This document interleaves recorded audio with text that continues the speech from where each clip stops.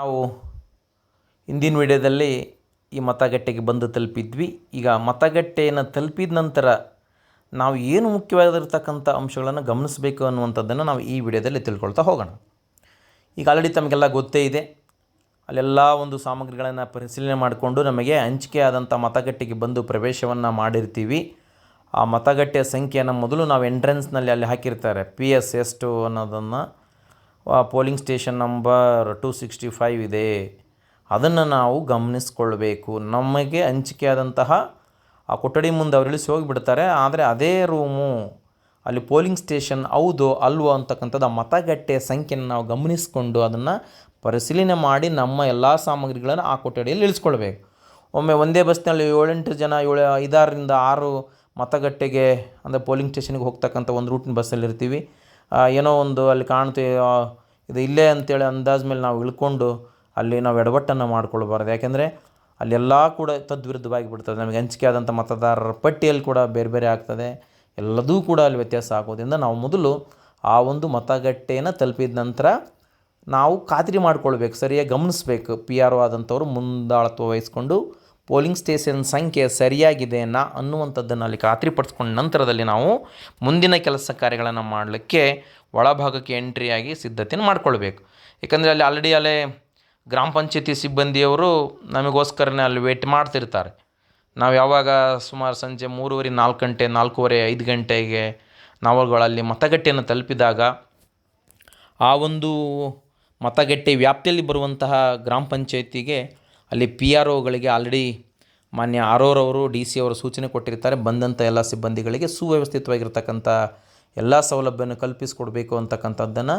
ಆದ್ದರಿಂದ PDOರವರು ತಮ್ಮ ಒಂದು ಗ್ರಾಮ ಪಂಚಾಯತಿಯ ಕಾರ್ಯದರ್ಶಿಗಳಾಗಿರ್ಬೋದು, ನೀರ್ಗಂಟಿಗಳನ್ನಾಗಿರ್ಬೋದು, ಗ್ರಾಮ ಸಹಾಯಕರನ್ನು, BLOರವರನ್ನು ಯಾರನ್ನಾದರೂ ಕೂಡ ಆ ಒಂದು ಮತಗಟ್ಟೆಯಲ್ಲಿ ನಿಲ್ಲಿಸಿರ್ತಾರೆ. ಅವ್ರು ಬಂದು ನಮಗೆ ವೆಲ್ಕಮ್ ಮಾಡಿಕೊಂಡು, ಸರ್ ಬನ್ನಿ ಇದೇ ನಮ್ಮ ಒಂದು ಮತಗಟ್ಟೆ ಅನ್ನುವಂಥದ್ದನ್ನು ಅವರು ಹೇಳಿ ನಮಗೆ ಆಹ್ವಾನ ಮಾಡಿಕೊಂಡು ಒಳಗೆ ಸ್ವಾಗತದೊಂದಿಗೆ ಕರ್ಕೊಳ್ತಾರೆ. ಇನ್ನು ಅದನ್ನು ಖಚಿತಪಡಿಸಿಕೊಂಡು ಒಳಗಡೆ ಸೇರ್ತೇವೆ. ಸೇರಿದ ನಂತರ ನಾಳೆ ನಡೆಯುವಂತಹ ಮತದಾನಕ್ಕೆ ಬೇಕಾದಂತಹ ಎಲ್ಲ ಸಿದ್ಧತೆಗಳನ್ನು ನಾವು ಮತಗಟ್ಟೆ ಅಧಿಕಾರಿಗಳು, ಅಧ್ಯಕ್ಷಾಧಿಕಾರಿಗಳು ಇತರರೊಂದಿಗೆ ಸೇರಿ ಎಲ್ಲ ರೀತಿಯಾದಂತಹ ಒಂದು ಮಾಹಿತಿಯನ್ನು ನಾವುಗಳು ಪಡ್ಕೊಳ್ಬೇಕು. ಅಲ್ಲಿ ಏನೇನು ಗಮನಿಸ್ಬೇಕಂತಂದು ಹೇಳಿದರೆ, ನಾವು ಫಸ್ಟಲ್ಲಿ ಕೂತ್ಕೊಂಡಿರ್ತೀವಿ, ಹೋದ ತಕ್ಷಣ ಅಲ್ಲಿ ಚೇರು ಟೇಬಲ್ಗಳನ್ನು ಗಮನಿಸಬೇಕು. ಮತ್ತು ಇಲ್ಲಿ ನಾವು ಒಂದನ್ನು ನೋಡಬೇಕು. ಈಗ ಮತಗಟ್ಟೆ ನಡೀತಕ್ಕಂಥ 700 ಮೀಟರ್ ದೂರವನ್ನು ಗುರುತಿಸಲಿಕ್ಕೆ ನಮ್ಮ D ದರ್ಜೆಯವ್ರಿಗೆ ನಾವು ಹೇಳ್ತೀವಿ. ಮತಗಟ್ಟೆ ತಲುಪಿದ ಮೇಲೆ ಅಲ್ಲಿ ಒಳಗಡೆಗೆ ನಾವು ಗಮನಿಸಬೇಕು. ನಾವೇನಾದರೂ ಕಂಪಾರ್ಟ್ಮೆಂಟನ್ನು ತಯಾರು ಮಾಡಿದ ಮೇಲೆ ಅಲ್ಲಿ ಹಿಂಬದಿ ಯಾವುದೇ ರೀತಿಯಾದಂತಹ ಒಂದು ಈ ಚಿತ್ರಣಗಳಲ್ಲಿ ಮತಗಟ್ಟೆ ಒಳಭಾಗದಲ್ಲಿ ನಾವೇನು VVPAT ಇಟ್ಟಿರ್ತೀವಿ, ವೋಟಿಂಗ್ ಕಂಪಾರ್ಟ್ಮೆಂಟ್ ಹಿಂಭಾಗದಲ್ಲಿ ಏನೂ ಕೂಡ ಕಾಣಬಾರ್ದು. ಯಾವುದೇ ಒಂದು ಚಿತ್ರಗಳನ್ನು ಇರದೇ ನಾವು ನೋಡ್ಕೊಳ್ಬೇಕು. ಇದ್ದರೂ ಕೂಡ ಅವುಗಳನ್ನು ನಾವು D ದರ್ಜೆ ಸಹಾಯಕರೊಂದಿಗೆ ಅವುಗಳನ್ನು ತೆಗೆಸಿ ಹಾಕಬೇಕು. ಅದನ್ನು ಕೂಡ ನಾವು ಗಮನಿಸಬೇಕು. ಇನ್ನು ಮತಗಟ್ಟೆ ಹೊರಗಡೆ ಮತದಾರರು ಕಾಯಲು ಸಾಕಷ್ಟು ಸ್ಥಳಾವಕಾಶ ಇರುವಂತೆ ನಾವು ಪುರುಷ ಮತ್ತು ಮಹಿಳಾ ಮತದಾರರಿಗೆ ಪ್ರತ್ಯೇಕ ಸಾಲುಗಳನ್ನು ಮಾಡುವಂತೆ ನಾವು ಪೊಲೀಸರಿಗೆ ಹೇಳಬೇಕು. ನೋಡಿ, ಪೊಲೀಸ್ ಸಿಬ್ಬಂದಿಯವರಿಗೆ ರಾತ್ರಿಯೇ ನಾವೆಲ್ಲ PRO ಅವರು ಸೂಚನೆ ಕೊಡಬೇಕು. ಬೆಳಗ್ಗೆ ವೋಟಿಂಗ್ ನೀಡುವಂಥ ಸಂದರ್ಭದಲ್ಲಿ ತಾವುಗಳು ಮಹಿಳೆಯರು ಮತ್ತು ಪುರುಷನ ಪ್ರತ್ಯೇಕ ಸರತಿ ಸಾಲಿನಲ್ಲಿ ನಿಲ್ಲಿಸಿ ಒಬ್ಬೊಬ್ಬರಂತೆ ನೀವುಗಳು ಒಳಗಡೆ ಕಳಿಸ್ಕೊಡಿ ಅಂತಕ್ಕಂಥದ್ದನ್ನು ಕೂಡ ನಾವು ಗಮನಿಸಿ ಅವರಿಗೆ ತಿಳಿಸ್ಬೇಕು.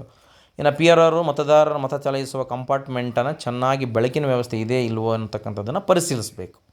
ಕಿಟಕಿ ಅಂದರೆ ಅದು ಓವರ್ ಹೀಟಾಗಿ ಆ ಒಂದು VVPAT ಮೇಲೇ ಅಲ್ಲಿ ಬಲ್ಪ್ ಇರುವಂತೆ ನಾವು ನೋಡ್ಕೊಳ್ಬಾರ್ದು. ಆದಷ್ಟು ನೈಸರ್ಗಿಕವಾಗಿ ಅಲ್ಲಿ ಒಂದು ಬೆಳಕು ಇರ್ತಕ್ಕಂಥದ್ದನ್ನು ಕೂಡ ಗಮನಿಸಬೇಕು. ಗಳನ್ನು ನೋಡಿ ಉತ್ತಮ ಗಾಳಿ ಬೆಳಕು ಇರ್ತಕ್ಕಂತಹ, ಅಂದರೆ ಅಲ್ಲಿ ಮತ ಹಾಕ್ಲಿಕ್ಕೆ ಬಂದಂಥವರು ಕೆಲವೊಬ್ಬರು ಅಂದರು ಕೂಡ ಇರ್ಬೋದು, ಕಣ್ಣು ಕಾಣ್ಬೋದು, ಕಣ್ಣು ಕಾಣದೇ ಇರಬಹುದು. ಪ್ರತಿಯೊಬ್ಬರಿಗೂ ಕೂಡ ನಿರ್ದಿಷ್ಟವಾಗಿ ಆ ಒಂದು VVPATನಲ್ಲಿ ನಮೂದನೆಗೊಂಡಂತಹ ಎಲ್ಲ ಒಂದು ಚಿಹ್ನೆಗಳು ಅಲ್ಲಿ ಸ್ಪಷ್ಟವಾಗಿ ಗೋಚರಿಸುವಂತಿರಬೇಕು. ಅದಾದ ನಂತರದಲ್ಲಿ ಮತಗಟ್ಟೆ ಅಧಿಕಾರಿಗಳು ಏನೇನು ಮಾಡಬೇಕು, ಮತಗಟ್ಟೆ ಅಧಿಕಾರಿಗಳ ಕರ್ತವ್ಯಗಳು ಏನು. ಯಾಕಂದರೆ ಈಗ ನಾವು ಆಲ್ರೆಡಿ ಎಲ್ಲ ಮತಗಟ್ಟೆಗೆ ಬಂದ್ವಿ, ಅಲ್ಲೆಲ್ಲದನ್ನು ಕೂಡ ಅಬ್ಸರ್ವ್ ಮಾಡಿದ್ವಿ. ಇನ್ನು ಒಳಗಡೆ ಬಂದ ಮೇಲೆ ನೆಕ್ಸ್ಟ್ ಸ್ಟೆಪ್ಪು ನಾವು ಏನೇನು ಒಂದು ಕರ್ತವ್ಯಗಳನ್ನು ನಿರ್ವಹಿಸಬೇಕು.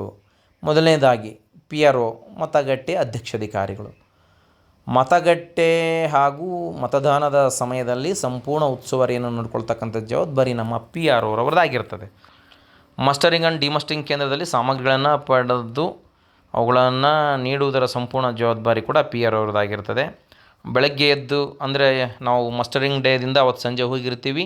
ಮತದಾನ ನಡೀತಕ್ಕಂಥ 7ನೇ ತಾರೀಕಿನ ಬೆಳಗಿನ ಜಾವ 5:30 ಅಣುಕು ಮತದಾನ ಮತ್ತು ಮತದಾನ ಪ್ರಾರಂಭ ಮತ್ತು ಮತದಾನದ ಮುಕ್ತಾಯಗೊಳಿಸುವ ಜವಾಬ್ದಾರಿ ಕೂಡ ಈ ಪಿ ಆರ್ ಅವ್ರದ್ದು, ಮತಗಟ್ಟೆ ಅಧಿಕಾರಿ ಅವ್ರದ್ದಾಗಿರ್ತದೆ. ಮತ್ತು ಸುತ್ತಮುತ್ತಲ ಕಾನೂನು ವ್ಯವಸ್ಥೆಯನ್ನು ಕೂಡ ಕಾಪಾಡ್ಕೊಳ್ತಕ್ಕಂಥದ್ದು ಅಲ್ಲಿ ಪೊಲೀಸ್ ಸಿಬ್ಬಂದಿಗಳಾಗಬಹುದು, ಹೋಮ್ ಗಾರ್ಡ್ಸ್ಗಳಿದ್ದರೆ ಅವರು ಕೂಡ ಅವ್ರ ಸಹಾಯ ಪಡೆದುಕೊಂಡು ಕಾನೂನಿನ ಒಂದು ಸುವ್ಯವಸ್ಥೆ ಕಾಪಾಡತಕ್ಕಂತಹ ಒಂದು ಜವಾಬ್ದಾರಿ ಕೂಡ ಅವತ್ತಿನ ದಿನ ಪಿ ಆರ್ ಅವರದೇ ಆಗಿರ್ತದೆ. ಮತದಾನದ ದಿವಸ ಎಲ್ಲ ಪ್ರಕ್ರಿಯೆಗಳ ಬಗ್ಗೆ, ಅಂಕಿಅಂಶಗಳ ಬಗ್ಗೆ ಚುನಾವಣಾಧಿಕಾರಿಗಳಿಗೆ ಮಾಹಿತಿಯನ್ನು ಕೂಡ ಕೊಡ್ತಕ್ಕಂಥದ್ದು. ಅವರು 2 ಗಂಟೆಗೊಮ್ಮೆ ಮಾಹಿತಿಯನ್ನು ಪಡ್ಕೊಳ್ತಾ ಇರ್ತಾರೆ. ಆ ದಿನ ಕೇವಲ ಪಿ ಆರ್ ಅವರವರ ಫೋನ್ ಮಾತ್ರ ಆನ್ ಇರ್ತದೆ. ಇತರ ಎಲ್ಲರೂ ಕೂಡ ತಮ್ಮ ತಮ್ಮ ಮೊಬೈಲನ್ನು ಸ್ವಿಚ್ ಆಫ್ ಮಾಡಿಟ್ಟಿರಬೇಕಾಗ್ತದೆ. ಆ ಮತದಾನ ನಡೀತಕ್ಕಂಥ ಸಂದರ್ಭದಲ್ಲಿ ಆ ಮತಗಟ್ಟೆಯಲ್ಲಿ ಕೇವಲ ಪಿ ಆರ್ ಅವರವರ ಒಂದು ಮೊಬೈಲ್ ಸಂಖ್ಯೆ ಮಾತ್ರ ಆನ್ ಇರಬೇಕು. ಇನ್ನು ಯಾವುದೇ ರೀತಿಯಾದಂತಹ ಅವರ ಮೊಬೈಲ್ ಸ್ವಿಚ್ ಆಫ್ ಇರಬೇಕು. ಯಾಕಂದರೆ ಚುನಾವಣಾಧಿಕಾರಿಗಳು ಅಲ್ಲಿ ಸಂಬಂಧಪಟ್ಟಂಥ ಪೋಲಿಂಗ್ ಸ್ಟೇಷನ್ ಮತಗಟ್ಟೆಯಲ್ಲಿ ಎಷ್ಟು ಮತದಾನ ಆಗ್ತಾಯಿದೆ ಅಂತಕ್ಕಂತಹ ಒಂದು ಮತದಾನದ ಬೆಳವಣಿಗೆಯನ್ನು ಅವರು ಪ್ರತಿ 2 ಗಂಟೆಗೊಮ್ಮೆ ಮಾಹಿತಿಯನ್ನು ಪಡ್ಕೊಳ್ತಾ ಇರ್ತಾರೆ. ಅಲ್ಲಿ ಪಿ ಆರ್ ಅವರವರು ಮಾಹಿತಿಯನ್ನು ಅವ್ರಿಗೆ ಒದಗಿಸಬೇಕಾಗ್ತದೆ. ಇದನ್ನು ನಾವುಗಳು ಗಮನಿಸಬೇಕು. ಈ ಥರ ಎಲ್ಲರೂ ಇದಕ್ಕೆ ಸಹಕಾರವನ್ನು ಕೊಡಬೇಕು ಪೋಲಿಂಗ್ ಅಧಿಕಾರಿಗಳು. ಇನ್ನು ಮೊದಲನೇ ಮತಗಟ್ಟೆ ಅಧಿಕಾರಿ ಕರ್ತವ್ಯಗಳು. ಪ್ರೆಸಿಡಿಂಗ್ ಅಧಿಕಾರಿ ಅನುಪಸ್ಥಿತಿಯಲ್ಲಿ ಅವರ ಕರ್ತವ್ಯವನ್ನು ಸಂಪೂರ್ಣವಾಗಿ ನಿಭಾಯಿಸ್ತಕ್ಕಂಥದ್ದು ಜವಾಬ್ದಾರಿ ಆಗಿರ್ತದೆ. ಈಗ ತರಬೇತಿ ತೆಗೆದುಕೊಳ್ಳುವಾಗ ಪಿ ಆರ್ ಒ ಮತ್ತು ಎ ಪಿ ಆರ್ ಅವ್ರ ಜೊತೆಗೆ ತೆಗೆದುಕೊಳ್ತಾರೆ. ಒಂದು ಪಕ್ಷ ಏನಾದರೂ ಕೂಡ ಅನಿರೀಕ್ಷಿತವಾಗಿ ಕೆಲವೊಂದು ಅವಘಡಗಳು ಸಂಭವಿಸಿದರೆ, ಅನಾರೋಗ್ಯದಲ್ಲಿ ಏರುಪೇರಾದರೆ ಪಿ ಆರ್ ಅವರವರ ಅನುಪಸ್ಥಿತಿಯಲ್ಲಿ ಅವರೆಲ್ಲ ಒಂದು ಜವಾಬ್ದಾರಿಗಳ ಕರ್ತವ್ಯಗಳನ್ನು ನಿರ್ವಹಿಸ್ತಕ್ಕಂಥ ಹೊಣೆಗಾರಿಕೆ ಎ ಪಿ ಆರ್ ಅವರದ್ದಾಗಿರ್ತದೆ. ಆದ್ದರಿಂದ ತರಬೇತಿಯನ್ನು ಪಡ್ಕೊಳ್ತಕ್ಕಂಥ ಸಂದರ್ಭದಲ್ಲಿ ನೆಗ್ಲಿಜೆನ್ಸಿ ಮಾಡದೆ, ಈಗ ನಾವು ಅನೇಕ ತರಬೇತಿಗಳನ್ನು ನೋಡ್ತೀವಿ, P R O A P R ಅವರ ತರಬೇತಿ ಕೊಡ್ತಕ್ಕಂಥ ಸಂದರ್ಭದಲ್ಲಿ ಕೆಲವೊಬ್ಬರು ಗೊತ್ತಿದೆ ಅಂತಕ್ಕಂಥ ಭಾವನೆಯೊಂದಿಗೆ ಅಲ್ಲಿ ನೆಗ್ಲಿಜೆನ್ಸಿ ತೋರಿಸ್ತಿರ್ತಾರೆ. ಹಂಗೆ ಆಗಬಾರ್ದು. ಯಾಕಂದರೆ ಒಂದು ಬಾರಿ ಏನಾದರೂ ಚುನಾವಣೆ ನಡೀತಕ್ಕಂಥ ಸಂದರ್ಭದಲ್ಲಿ ಏನಾದರೂ ಸಮಸ್ಯೆಗಳಾದರೆ ನಿಜವಾಗ್ಲೂ ಕೂಡ ಅವತ್ತು ಅನೇಕ ಒಂದು ಟೆನ್ಷನ್ ಆಗ್ತದೆ, ಬಿ ಪಿ ಎಲ್ ವೇರಿಯೇಷನ್ ಆಗ್ತದೆ. ಯಾಕೆ ಅಂತಹ ಸಮಸ್ಯೆಗಳನ್ನು ನಾವು ತಂದುಕೊಳ್ಬೇಕು? ನಮಗೆ ಹಂಚಿಕೆ ಮಾಡಿರ್ತಕ್ಕಂಥ ಜವಾಬ್ದಾರಿ ಕರ್ತವ್ಯಗಳನ್ನು ನಾವು ಭಾಳ ಸಲೀಸಾಗಿ, ಯಾಕಂದರೆ ಅವತ್ತು ತರಬೇತಿ ಪಡ್ಕೊಳ್ಳೋಕ್ಕೆ ಹೋಗಿರ್ತೀವಿ, ಅವತ್ತಿನ ದಿನ ಅಲ್ಲಿ ವ್ಯಯ ಆಗ್ತದೆ, ನಮಗೆ ಅವತ್ತು ಸಂಭಾವನೆಯನ್ನು ಕೂಡ ಕೊಡ್ತಾರೆ. ನಾವು ಯಾಕೆ ಆಲಸ್ಯತನ ತೋರಿಸ್ತಕ್ಕಂಥದ್ದು? ಸಂಪೂರ್ಣವಾಗಿ ಅವತ್ತು ನಾವು ಮಾಹಿತಿ ಪಡ್ಕೊಳ್ತಾ ಹೋದಾಗ ನಾವು ಮಾಡುವಂಥ ಕೆಲಸ ಅಲ್ಲಿ ಬೇಗನೆ ಸರಳ ಆಗ್ತದೆ. ಅದನ್ನು ಬಿಟ್ಟು ನಾವು ಮಾತಾಡ್ಕೊಳ್ತಾ ತರಬೇತಿ ಕೊಡ್ತಕ್ಕಂಥ ಎಮ್ ಆರ್ ಪಿಗಳಿಗೆ ನಾವು ಸಹಕಾರವನ್ನು ಕೊಡ್ತಕ್ಕಂಥದ್ದು ಸ್ವಲ್ಪ ನಾನು ನೋಡ್ದಂಗೆ ಸ್ವಲ್ಪ ಅಲ್ಲಿ ಗಲಾಟೆ ಹೆಚ್ಚಿರ್ತದೆ. ಅದರಿಂದ ಹಂಗೆ ಆಗಬಾರ್ದು. ಯಾರೇನೇ ಆಗಲಿ ತಾವುಗಳ ಅನುಭವ ಹೊಂದಿರ್ತೀರಿ. ಯಾಕಂದರೆ ಮನುಷ್ಯನ ಮರವು ಅನ್ನುವಂಥದ್ದು ಸಹಜ. ಎಷ್ಟು ವರ್ಷಗಳಾದರೂ ಕೂಡ ಕೆಲವೊಂದು ವರ್ಷದಿಂದ ವರ್ಷಕ್ಕೆ ಬದಲಾವಣೆಗಳು ಅನ್ನುವಂಥದ್ದು ಚುನಾವಣೆ ಸಂದರ್ಭದಲ್ಲಿ ಆಗ್ತಾ ಇರ್ತದೆ. ಏನು ಬದಲಾವಣೆ ಆಗಿದೆ ಈ ವರ್ಷ ಅನ್ನುವಂಥದ್ದನ್ನು ನಾವು ಗಮನಿಸ್ತಿರ್ಬೇಕು. ಪ್ರತಿಯೊಬ್ಬ ಸಂಪನ್ಮೂಲ ವ್ಯಕ್ತಿಗಳು ಕೂಡ ಹೊಸದನ್ನು ವಿಷಯ ಪಡೆದುಕೊಂಡು ನಮಗೆ ಮಾಹಿತಿ ಮುಟ್ಟಿಸ್ತಿರ್ತಾರೆ. ಆದ್ದರಿಂದ ಮೊದಲನೇ ಮತಗಟ್ಟೆ ಅಧಿಕಾರಿ ಎ ಪಿ ಆರ್ ಒ ಏನಿರ್ತೀರಿ, ಪ್ರೆಸಿಡಿಂಗ್ ಅಧಿಕಾರಿ ಪಿ ಆರ್ ಅವರವರು ಅಬ್ಸೆಂಟ್ ಇದ್ದರೆ ಅವ್ರ ಕೆಲಸ ನೀವೇ ಮಾಡಬೇಕಾಗ್ತದೆ. ಅದು ನಿಮಗೆ ಗೊತ್ತಿರಲಿ. ಇನ್ನು ಆಯೋಗವು ಸೂಚಿಸಿದ ಒಂದು ಗುರುತು ದಾಖಲೆಯನ್ನು ಪಡೆದು ಪರಿಶೀಲಿಸಿಕೊಳ್ಳುವತಕ್ಕಂಥದ್ದು, ಮತದಾರರ ಪಟ್ಟಿಯಲ್ಲಿ ಮತದಾರರ ಕ್ರಮ ಸಂಖ್ಯೆಯನ್ನು ಖಾತರಿಪಡಿಸಿಕೊಳ್ಳುವುದು, ಮತ್ತು 2 ಬಾರಿ ಕೂಗಿ ಹೇಳಬೇಕು. ನೋಡಿ, ಆಯೋಗ ಸೂಚಿಸಿದ ಸುಮಾರು ಅನೇಕ ಒಂದು 21 ದಾಖಲೆಗಳಿದ್ದಾವೆ. ಆಧಾರ್ ಕಾರ್ಡ್ ಆಗ್ಬೋದು, ವೋಟರ್ ಐ ಡಿ ಕಾರ್ಡ್ ಆಗ್ಬೋದು, ಬಿ ಎಲ್ ಒ ಚೀಟಿ, ಡ್ರೈವಿಂಗ್ ಲೈಸೆನ್ಸು, ಉದ್ಯೋಗ ಖಾತ್ರಿ ಯೋಜನೆ ಚೀಟಿ, ಹಾಗೆಯೇ B P L card, Antyodaya card, ಹೀಗೆ ಅನೇಕ ದಾಖಲೆಗಳನ್ನು ಕೂಡ ನಾವು ಅದನ್ನು ನಾವು ಅನುಮೋದಿಸ್ಬೋದು, ಅದನ್ನು ಒಪ್ಪಬಹುದು ಅಂತಕ್ಕಂಥದ್ದು ಕೂಡ ಆಯೋಗ ನಮಗೆ ಆಲ್ರೆಡಿ ಈಗ ಸೂಚನೆ ಕೊಟ್ಟಿರ್ತದೆ. ಅದರ ಪ್ರಕಾರವಾಗಿ ನಾವು ಅವರ ಹೆಸರು ಮತದಾರರ ಪಟ್ಟಿಯಲ್ಲಿರ್ತಕ್ಕಂಥ ಹೆಸರನ್ನು ತಾಳೆ ಮಾಡಿ ನೋಡಿ, ಈ ವ್ಯಕ್ತಿ ಈತ ಹೌದು ಅನ್ನೋ, ಯಾಕಂದರೆ ಅಲ್ಲಿ ಚಿತ್ರ ಇರ್ತದೆ, ಅದನ್ನು ನಾವು ಖಾತ್ರಿಪಡಿಸ್ಕೊಂಡು ಅಲ್ಲಿ ನಾವು ಆತನಿಗೆ ಅವಕಾಶವನ್ನು ಮಾಡಿಕೊಡಬೇಕಾಗ್ತದೆ. ಅದಾದ ನಂತರ ಮತದಾರರ ಗುರುತನ್ನು ಪರಿಶೀಲಿಸಿದ ನಂತರ ಪುರುಷ ಮತದಾರರ ಮಾಹಿತಿಯಲ್ಲಿರುವ ಆಯತಾಕಾರದ ಬಾಕ್ಸ್ನಲ್ಲಿ ಕೆಂಪು ಶಾಯಿಯಿಂದ ಪೆನ್ನಿನಿಂದ ಕೆಳಗೆ ತುದಿಯಿಂದ ಬಲ ತುದಿಯವರೆಗೆ ರೇಖೀಕರಣವನ್ನು ಹೇಳ್ತಕ್ಕಂಥದ್ದು. ನೋಡಿ, ಇಲ್ಲಿದೆ. ಏನಾದರೂ ಕೂಡ ಮತದಾರರು ಮತ ಹಾಕ್ಲಿಕ್ಕೆ ಬಂದಾಗ ಆತ ಪುರುಷನಾಗಿದ್ದರೆ ನಾವು ಈ ಇಲ್ಲಿ ಸೆಂಟ್ರಿಂದ ಈ ಕಡೆ ಮೂಲಿಗೆ ಸಂಪೂರ್ಣವಾಗಿ ಒಂದು ರೆಡ್ಡಿಂಗ್ನಿಂದ ಈ ಥರ ಅಡ್ಡ ಲೈನ್ ಎಳಿತೀವಿ. ಒಂದು ಪಕ್ಷ ಏನಾದರೂ ಕೂಡ ಮಹಿಳಾ ಮತದಾರರಾಗಿದ್ದಲ್ಲಿ ಅವರಿಗೆ ನಾವು ಲೈನನ್ನು ಕೂಡ ಹಾಕಬೇಕು, ಆ ಸಂಖ್ಯೆಗೆ ಒಂದು ವೃತ್ತವನ್ನು ಕೂಡ ಸುತ್ತಬೇಕು. ಒಂದು ಪಕ್ಷ ಏನಾದರೂ ತೃತೀಯ ಲಿಂಗಿಗಳು ಅವತ್ತು ಬಂದಿದ್ದರೆ ಮತದಾನ ಮಾಡಲಿಕ್ಕೆ ಅಲ್ಲಿ ಲೈನನ್ನು ಕೂಡ ಎಳಿಬೇಕು. ಜೊತೆಗೆ ಸ್ಟಾರ್ ಮಾರ್ಕನ್ನು ಕೂಡ ಒಂದು ಸಂಖ್ಯೆ ಇರ್ತಕ್ಕಂಥ ಒಂದು ಬಾಕ್ಸ್ನಲ್ಲಿ ನಾವು ಹಾಕಬೇಕು. ಇದಿಷ್ಟು ದಾಖಲೆಗಳನ್ನು ಪರಿಶೀಲನೆ ಮಾಡಿ ಅವತ್ತು ಎಲ್ಲ ರೀತಿಯಾದಂತಹ ಒಂದು ಮತದಾನ ನಡೀತಕ್ಕಂಥ ಸಂದರ್ಭದಲ್ಲಿ ಮತದಾರರ ಪಟ್ಟಿಯನ್ನು ಇಟ್ಟುಕೊಂಡು ಅವರ ಬಂದಂಥ ದಾಖಲೆಗಳನ್ನು ಪರಿಶೀಲಿಸಿ ನೋಡಿ ಅವರನ್ನು 2 ಬಾರಿ ಜೋರಾಗಿ ಅವರ ಹೆಸರನ್ನು ಕೂಗಿ ಏಜೆಂಟ್ರುಗಳಿಗೆ ಅದನ್ನು ಒಪ್ಪಿಸಬೇಕಾಗ್ತದೆ. ಅವಾಗ ಏಜೆಂಟ್ರುಗಳು ನೋಡ್ತಿರ್ತಾರೆ, ಓಕೆ APR ಅವರವರು ಕೂಗಿರ್ತಕ್ಕಂಥ ಮತದಾನದ ಪಟ್ಟಿಯಲ್ಲಿರ್ತಕ್ಕಂಥ ವ್ಯಕ್ತಿ ಈತ ಹೌದು ಅಂತಕ್ಕಂಥದ್ದವ್ರು ಒಪ್ಕೊಂಡಾಗ ಆತನಿಗೆ ಮತದಾನ ಹಾಕಲಿಕ್ಕೆ ನಾವು ಮುಂದಕ್ಕೆ ಕಳಿಸ್ಬೇಕು. ಇದು APR ಅವರವರ ಕೆಲಸ, 1ನೇ ಮತಗಟ್ಟೆ ಅಧಿಕಾರಿ ಅವರದು.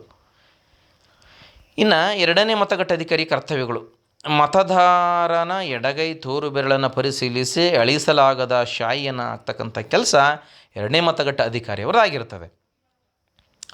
ಹಾಗೆಯೇ 17ನೇ ಮತದಾರರ ರಿಜಿಸ್ಟರ್ನಲ್ಲಿ ಮತದಾರರ ಮತಪಟ್ಟಿಯ ಕ್ರಮ ಸಂಖ್ಯೆಯನ್ನು ನಮೂದಿಸಿ ಮತದಾರರ ಸಹಿ ಎಡಗೈ ಹೆಬ್ಬಟ್ಟಿಯನ್ನು ಗುರುತನ್ನು ಪಡಿತಕ್ಕಂಥ ಕೆಲಸ ಕೂಡ 2ನೇ ಮತಗಟ್ಟೆ ಅಧಿಕಾರಿಯವರದಾಗಿರ್ತದೆ.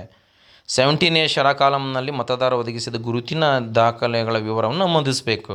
ಇಲ್ಲಿ 17 ರಿಜಿಸ್ಟರ್ ಇದೆ, ತಮ್ಮಗಳು ಗಮನಿಸಿ. ಇಲ್ಲಿ ಸೀರಿಯಲ್ ನಂಬರ್ ಹಾಕ್ತೀರಿ, ಸೀರಿಯಲ್ ನಂಬರ್, ಎಲೆಕ್ಟ್ರಿಕಲ್ ರೋಲು, ಜೊತೆಗೆ details of the documents produce by the electrical proof of the is identification, ಮತ್ತು ಸಿಗ್ನೇಚರ್ ತಮ್ಮ ತೊಗೊಳ್ಬೇಕು. ರಿಮಾರ್ಕ್ಸ್: ಕ್ರಮ ಸಂಖ್ಯೆ 1ರಲ್ಲಿ ಸೀರಿಯಲ್ ನಂಬರ್ ಎಲೆಕ್ಟ್ರಿಕಲ್ ರೋಲ್, ಆತ ಮತದಾರ ಪಟ್ಟಿಯಲ್ಲಿ ಎಷ್ಟನೇ ಕ್ರಮ ಸಂಖ್ಯೆಯಲ್ಲಿದ್ದಾನೆ, ಆತ ಡಾಕ್ಯುಮೆಂಟ್ಸ್ ಅವತ್ತೇನು ತೊಗೊಂಬಂದಿದ್ದ ಅದರ ಕೊನೆಯ 4 ಡಿಜಿಟನ್ನು ಕೂಡ ಇಲ್ಲಿ ನಮೂದನೆ ಮಾಡ್ಕೊಳ್ಬೇಕು. ಆತನ ಸೈನ್ ತೊಗೊಳ್ಬೇಕು. ಏನಾದರೂ ರಿಮಾರ್ಕ್ಸ್ ಇದ್ದರೆ ರಿಮಾರ್ಕ್ಸ್ ಯಾವಾಗ ಬರ್ತದೆ, ಇದು ಚಾಲೆಂಜಿಂಗ್ ಓಟು, ಟೆಂಡರ್ ಓಟು ಇಂಥವು ಬಂದಾಗ ಇಲ್ಲಿ ರಿಮಾರ್ಕ್ಸ್ನಲ್ಲಿ ನಾವು ಬರೀತೀವಿ. ಅಂತ ಬರದೇ ನಾವು ನೋಡಿಕೊಂಡಾಗ ನಮ್ಮ ಕೆಲಸ ಕಡಿಮೆ ಆಗ್ತದೆ, ಅವುಗಳಿಗೆ ಗಮನಿಸಬೇಕು. ಈ 17ನೇ ರಿಜಿಸ್ಟರ್ನ ಇಟ್ಕೊಂಡು ಎಲ್ಲ ಕೆಲಸಗಳನ್ನು ಮಾಡ್ತಕ್ಕಂಥ ಕೆಲಸವನ್ನು ನಮ್ಮ 2ನೇ ಮತಗಟ್ಟೆ ಅಧಿಕಾರಿ ನಿರ್ವಹಿಸಬೇಕಾಗ್ತದೆ. ಇನ್ನು 3ನೇ ಮತಗಟ್ಟೆ ಅಧಿಕಾರಿಯ ಕರ್ತವ್ಯಗಳು ಏನು ಎಂಬುದನ್ನು ನಾವು ನೋಡೋದಾದರೆ, ಮತಯಂತ್ರದ ಕಂಟ್ರೋಲ್ ಯೂನಿಟನ್ನು ಪ್ರಭಾರವನ್ನು 3ನೇ ಮತಗಟ್ಟೆ ಅಧಿಕಾರಿಗಳು, ಅಂದರೆ ನಾವು ಬ್ಯಾಲೆಟ್ ಯೂನಿಟ್ ಏನು ಒಳಗಡೆ ಹೋಗಬೇಕು ನಾವು ಮತ ಹಾಕಲಿಕ್ಕೆ, ಕಂಟ್ರೋಲಿಂಗ್ ಯೂನಿಟ್ನಲ್ಲಿ ಬಟನ್ ಒತ್ತಿ ಅದು ಬೀಪ್ ಸೌಂಡ್ ಬರೋವರೆಗೂ ಕೂಡ ನಾನು ಇದನ್ನು ಮಾಡಬೇಕು. ಮತ ಹಾಕಲಿಕ್ಕೆ ಆಮೇಲೆ ನಾವು ಒಳಗಡೆ ಹೋಗಬೇಕು. ಅಲ್ಲಿ ಕಂಟ್ರೋಲಿಂಗ್ ಯೂನಿಟನ್ನು ಅವರು ಅದನ್ನು ನೋಡಿಕೊಂಡು ನಾವುಗಳು ಅಲ್ಲಿ ಬ್ಯಾಲೆಟ್ ಕೊಡಬೇಕಾಗ್ತದೆ. ಇನ್ನು ಮತ ಚಲಾಯಿಸಲು ಅವಕಾಶ ನೀಡುವ ಮೊದಲು ಅಳಿಸಲಾಗದ ಶಾಯಿ ಕೈ ಬೆಳೆಯಲ್ಲಿರುವ ಬಗ್ಗೆ ದೃಢೀಕರಿಸ್ಕೊಳ್ಬೇಕು. ಇನ್ನು 3ನೇ ಮತಗಟ್ಟೆ ಅಧಿಕಾರಿ ಏನಂತಂದರೆ, 2ನೇ ಮತಗಟ್ಟೆ ಅಧಿಕಾರಿಯವರು ಆಲ್ರೆಡಿ ಆ ಮತದಾರನ ಎಡಗೈ ತೋರು ಬೆರಳಿಗೆ ಪರಿಶೀಲಿಸಿ ಅವರು ಅಲ್ಲಿ ಅಳಿಸಲಾಗದ ಶಾಯಿಯನ್ನು ಹಚ್ಚಿರ್ತಾರೆ. ಈ ರೀತಿಯಲ್ಲಿ ಅದನ್ನು 3ನೇ ಮತಗಟ್ಟೆ ಅಧಿಕಾರಿ ಪರಿಶೀಲಿಸಬೇಕು. ಯಾಕಂದರೆ ಪದೇ ಪದೇ ಅವನು ಮತ್ತೆ ಓಟ್ ಹಾಕ್ಲಿಕ್ಕೆ ಬಂದರೆ ಮತ್ತು 2 ಬಾರಿ ಅವನು ಬಂದಿರ್ಬೋದು. ಅದನ್ನು ನಾವು ಯಾವುದೇ ರೀತಿ ನೆಗ್ಲಿಜೆನ್ಸಿ ಮಾಡ್ದೇ ಅದನ್ನು ನಾವು ಅಳಿಸಲಾಗದ ಶಾಯಿಯನ್ನು ಕೂಡ ನೋಡಬೇಕು. ಮತದಾರರ ಚೀಟಿ ಪಡೆದು ಅವನಿಗೆ ಮತದಾನ ವೋಟಿಂಗ್ ಕಂಪಾರ್ಟ್ಮೆಂಟ್ಗೆ ಅನುಮತಿಯನ್ನು ನೀಡಬೇಕು. ಈಗ ಅಲ್ಲಿ ಕೂಗಿದ ಮೇಲೆ ಮತದಾರರ ಒಂದು ಚೀಟಿಯನ್ನು ಕೂಡ ಕೊಟ್ಟಿರ್ತಾರೆ. 17A ರಿಜಿಸ್ಟರ್ನಲ್ಲಿ ಏನು ಇದು ಮಾಡಿರ್ತಾರಲ್ಲ, ಅಲ್ಲಿ 2ನೇ ಮತಗಟ್ಟೆ ಅಧಿಕಾರಿ ಆ ಒಂದು ಕ್ರಮ ಸಂಖ್ಯೆ ಇರ್ತಕ್ಕಂಥ ಚೀಟಿ ನೀಡಿದ ಮೇಲೆ 3ನೇ ಮತಗಟ್ಟೆ ಅಧಿಕಾರಿ ಅದನ್ನು ಕಲೆಕ್ಟ್ ಮಾಡ್ಕೊಂಡು ಆತನಿಗೆ ಓಟ್ ಹಾಕ್ಲಿಕ್ಕೆ ಕಳಿಸ್ಬೇಕು. ಮತದಾರ ಚೀಟಿ ಕ್ರಮ ಸಂಖ್ಯೆಯಂತೆ ಮತದಾನಕ್ಕೆ ಅನುಮತಿಯನ್ನು ನೀಡಬೇಕು. ಇದಿಷ್ಟು ನಾವುಗಳು ಈಗ PRO, APRO, first polling and second polling, ಓಕೆನಾ, ಈ ಎಲ್ಲ 4 ಜನರ ಒಂದು ಕೆಲಸ ಇಲ್ಲಿ ಭಾಳ ಮುಖ್ಯ ಆಗಿರ್ತದೆ.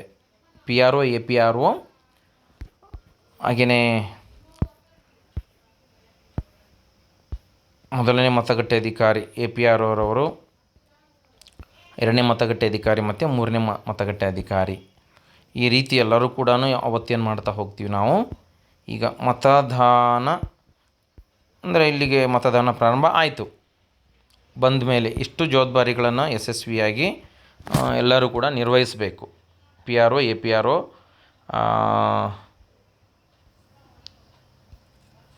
Second polling and third polling officer.